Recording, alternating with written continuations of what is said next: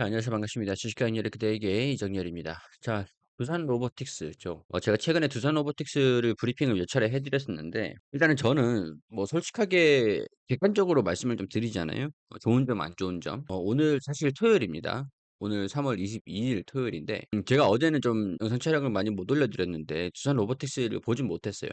근데 지금 이제 주말에 한번 쭉 둘러보니까, 한 6% 정도가 하겠더라고요. 그래서 이렇게 하락한 이유들이 뭐가 있을까? 두산 로보틱스가 새삼스럽게 지금 적자가 계속 나고 있었던 상태이기도 했고, 아직까지 실적에 대한 모멘텀들이 적극적으로 시장 자체가 개화하고 있는 시기는 좀 아니잖아요. 근데 이렇게 갑자기 또 이렇게 지지구간들이 하락하면서 떨어지는 모습들을 보여주고 있더라고요. 제가 지난 영상에서 이 6만 원 부분들 지지를 해줄 거라고 예상은 하지만, 이 부분들이 좀 떨어진다면 어떻게 대응을 해야 될지 우리 지켜보자라고 말씀을 드렸던 자리가 이 5만 원대입니다. 근데 우리 지금 이렇게 떨어지고 있는 것보다 왜 떨어지고 있는지 그 이유들을 확실하게 좀 알고 짚고 넘어가야 될 것 같아요.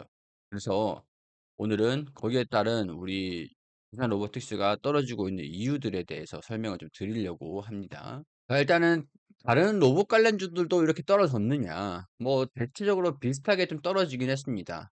엔젤 로보틱스 같은 경우도 오늘 뭐 큰 폭으로 지난 금요일이죠. 오늘 토요일이니까 여기 좀 떨어지는 모습들, 지지구간들 좀 이탈하는 모습들을 보여주기도 했거든요.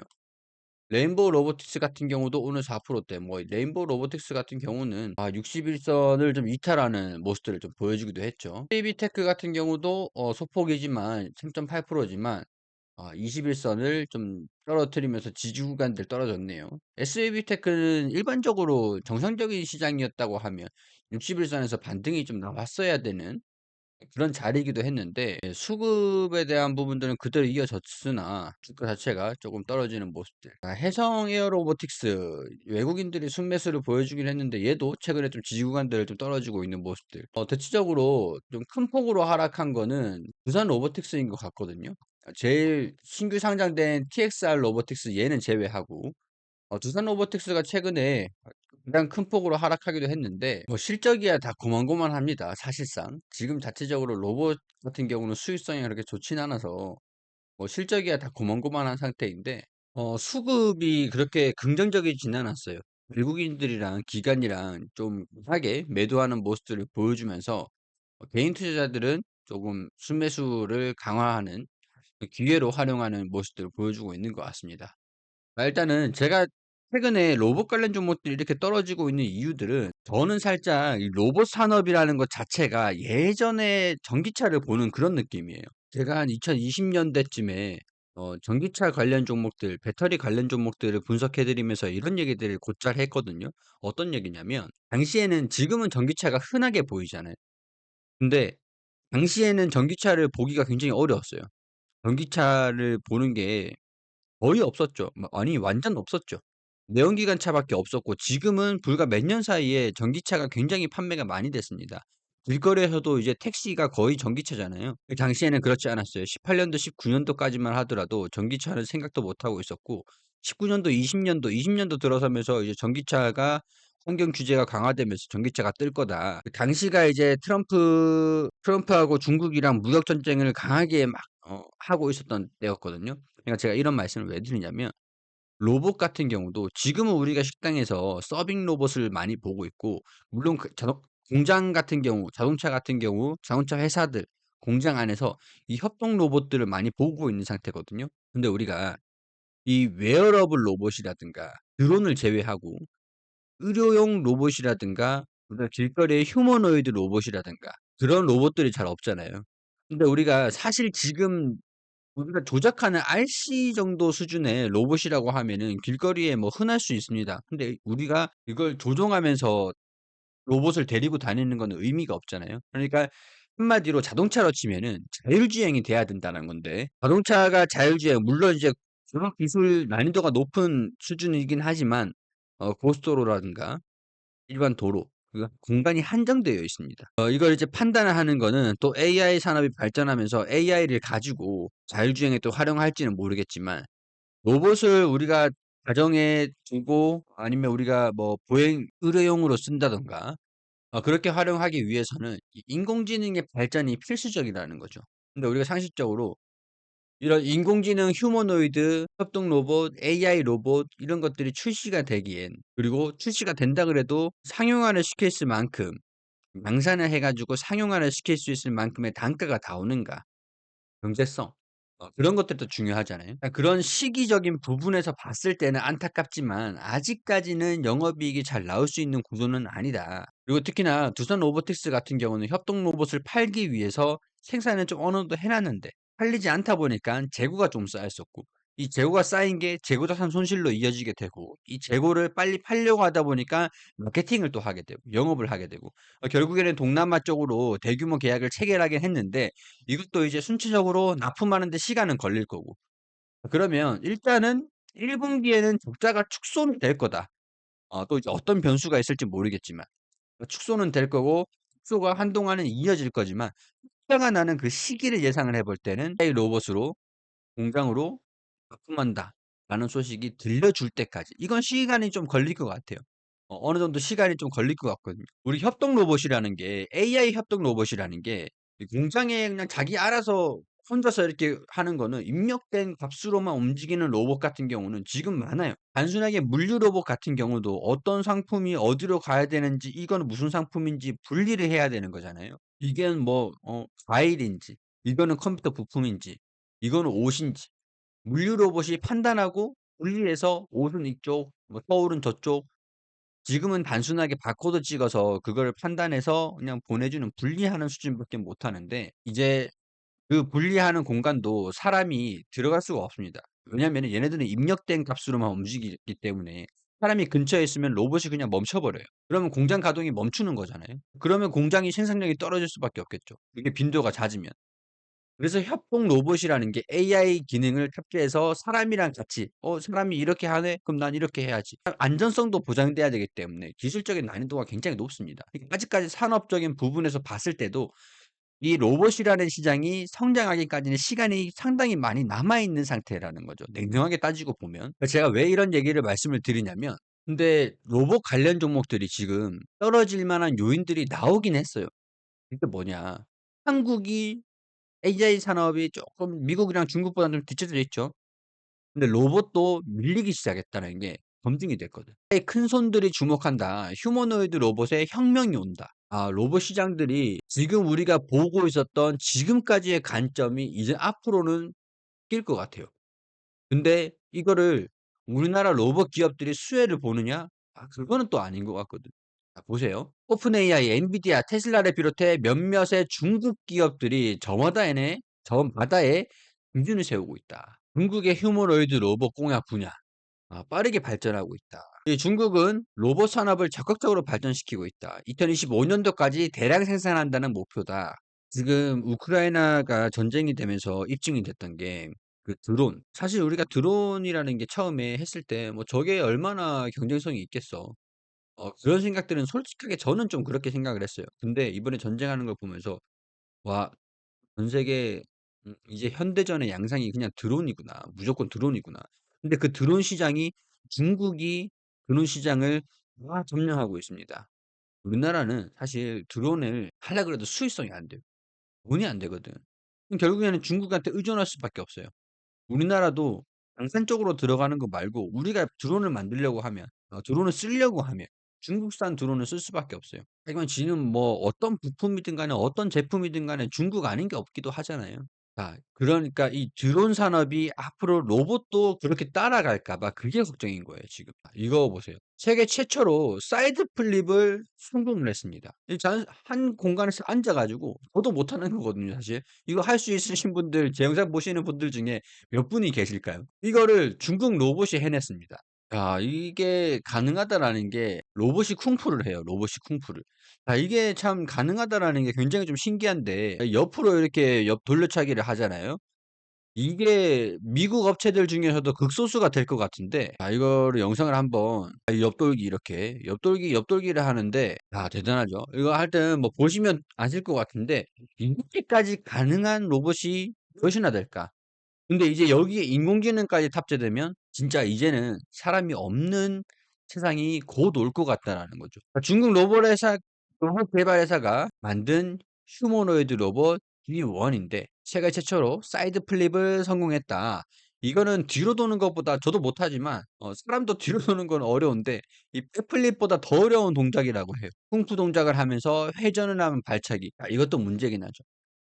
배터리 용량이 조금 낮기 때문에 최대 6,000 암페어라고 해도 2 시간 정도밖에 사용이 안 됩니다.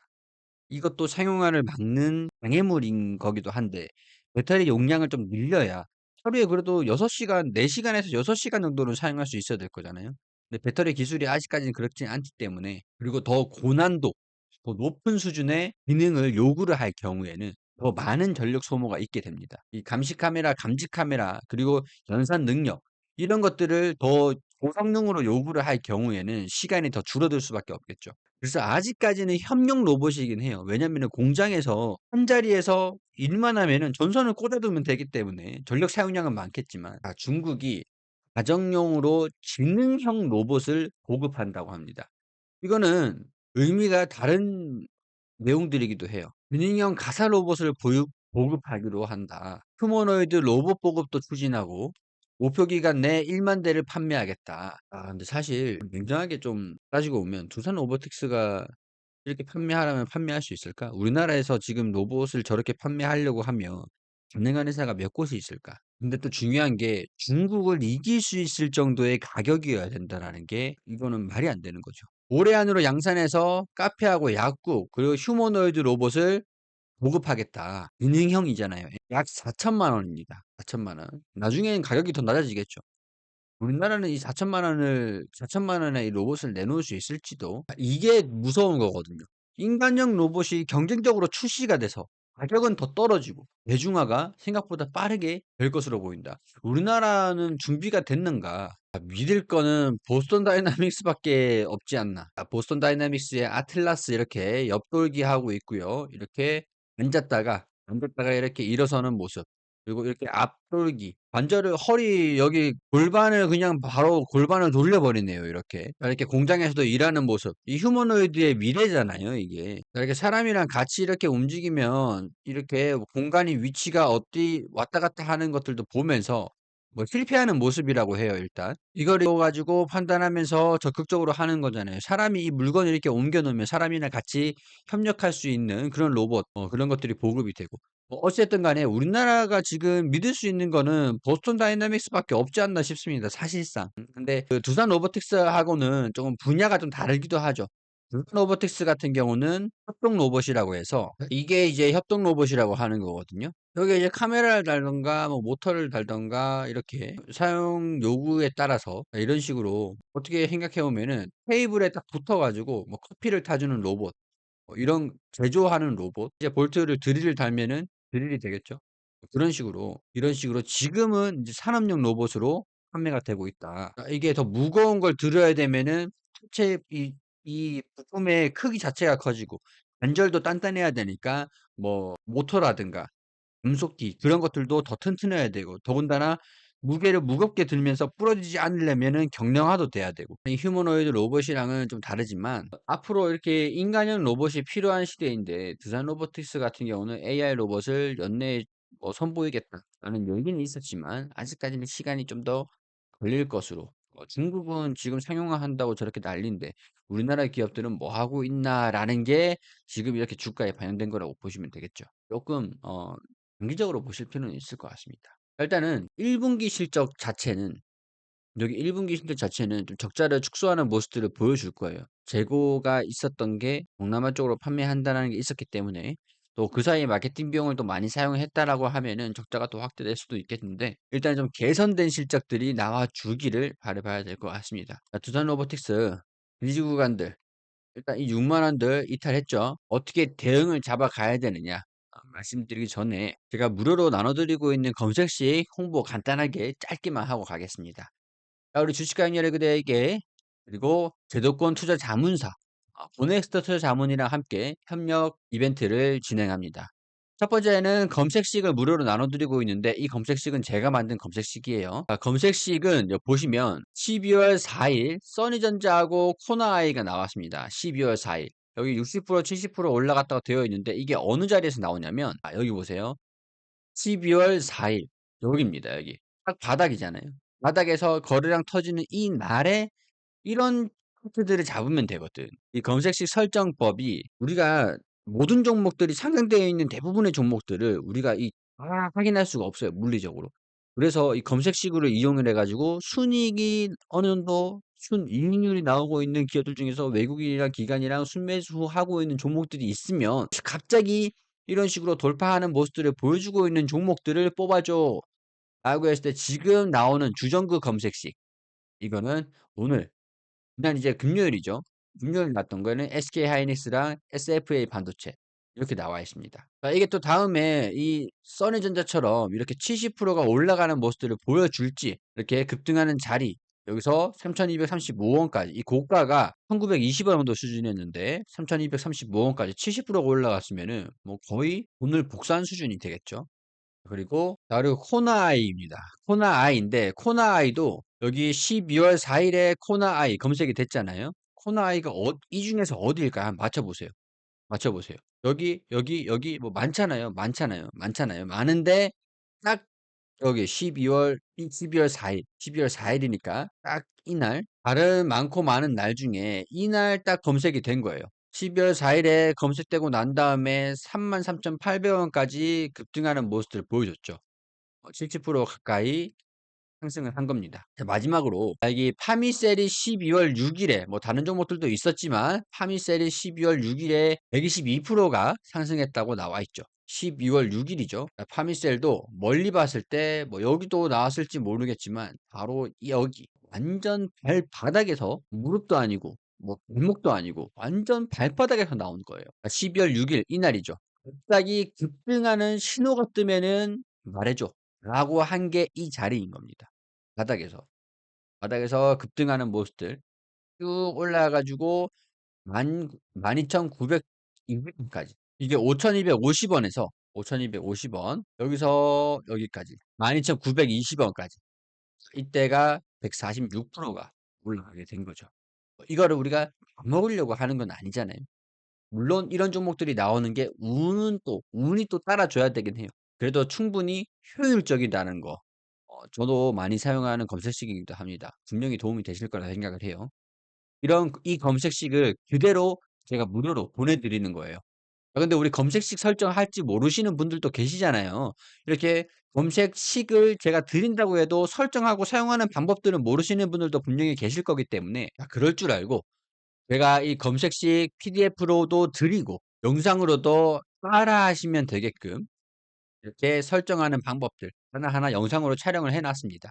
이거를 보내드릴 거예요. 그리고 어떻게 사용하면 되는지도 다 교육 내용들도 사용 방법들도 성과 검증 방법들도 다 올려놨거든요. 영상과 PDF로 드리기 위해서는 여러분들이 신청을 해 주셔야 되는데 제가 여러분들한테 뭐 길거리에 젖단지로 뿌릴 수도 없고 여러분들이 저한테 말씀을 해 주셔야 "여기로 보내주세요." 말씀해 주셔야 되잖아요. 영상 하단에 더보기 보시면 방법들이 나와 있습니다. 굉장히 간단해요.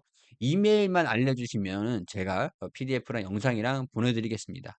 이메일을 우리가 알아야 메일로 영상이랑 PDF를 드릴 수가 있겠죠. 두 번째 혜택, 우리 증권사에서 리포트가 나오죠. 우리 보네스트 투자자문사에서도 주간 리포트가 나옵니다. 리포트를 이렇게 올려드렸는데 카톡방에서도 올려드리고 어찌 됐든 간에 주간 리포트를 제공을 해 드리는데 주간 리포트가 업종, 업황 우리가 지금 시장이 어떻게 흘러가는지를 알고 있어야 이 시장에서 기회를 잡을 수가 있어요. 그리고 이 한 종목 집어 주시면서 앞으로의 장기적인 모멘텀이 어떻게 되는지 뭐 모멘텀이 이런 산업들을 하고 있는데 어떤 모멘텀을 가지고 있고 이게 장기적인 전망들, 산업에 대한 전망들, 성장치가 어떻게 나오는데 주당 순이익이 얼마가 돼서 내재 가치가 얼마 돼서 이런 머리 아픈 뭐 그런 거를 떠나서 일단 목표가를 딱 잡아 드린다. 우리 주간 리포트를 보시면은 시장을 볼 수 있는 안목이 넓어진다고 보시면 돼요. 그리고 우리 보네스트 투자 자문이 제도권 금융회사이기 때문에 여러분들이 불안한 종목들도 진단을 해 드릴 수가 있단 말이죠. 자문을 해 드릴 수가 있어요. 감독기관이 금융감독원 그리고 금융위원회에서 관리 감독을 받고 있는 제도권 금융회사입니다. 카카오톡방도 운영하고 있는데 여기 보시면 이렇게 대화하고 계시는 거 보이실 거예요. 궁금한 거 있으시면 와서 여쭤보시면 됩니다. 그리고 종목들도 추천드리는데 추천주들이 수익률이 굉장히 좋습니다. 여기 보시면 여기서 저희가 여기 이 보네스 자문이 진짠지 거짓말을 하는지 들어와서 보시면 무료니까 들어와서 보시면 어떤 종목 나가는지 언제 나갔는지 얘네들이 거짓말을 하고 있는 건지 확인할 수가 있겠죠. 올릭스 19%, 클로버 46%, 휴스틸 35%, 그리고 동양철강 46%, 나인테크 30% 입니다. 동양철강은 895원, 그러니까 900원 정도 수준에서 드렸는데 1315원까지 올라갔어요. 3월 18일에 이분은 하루 만에 3월 18일 하루 만에 한 달 월급 절반을 보름 정도치의 월급을 벌어 가셨죠. 3월 18일 9시 10분 이니까 이때거든요. 이때. 이때. 그리고 나서 1315원까지 46%가 상승을 한 겁니다. 46%. 이게 뭐 진짜 맞는지 안 맞는지는 들어와서 보시면은 바로 알겠죠. 영상 하단에 더보기 보시고 검색식을 원하시든 카톡을 원하시든 뭐 리포트를 원하시든 다 드릴 거예요. 다 무료로 제공을 해 드리는 이벤트니까 문자로 이메일 보내주시면 됩니다. 카톡만 원한다 그러면 카톡으로만 보내주시면 되세요. 자, 두산 로보틱스 6만 원의 지지구간들을 이탈했으면 안 됐는데 일단은 뭐 다른 로봇 종목들이랑 다 같이 하락하는 모습들을 보여줬기 때문에 뭐 이런 부분들은 뭐 어쩔 수 없다고 생각을 하고 이 5만 원 부분 있잖아요.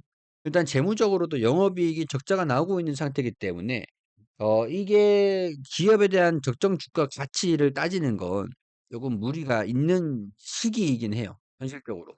그래서 이 5만 원 부분들 기술적으로 대응을 할 수밖에 없을 것 같은데 지금 개인 투자자분들이 주가가 떨어졌다고 많이 매수들 많이 하시잖아요. 지금은 기다리셔야 되지 않을까 싶어요. 이 주가가 이탈하는 모습들 6만 원을 이탈하는 순간부터 저였으면 비중은 조금 줄였을 것 같습니다.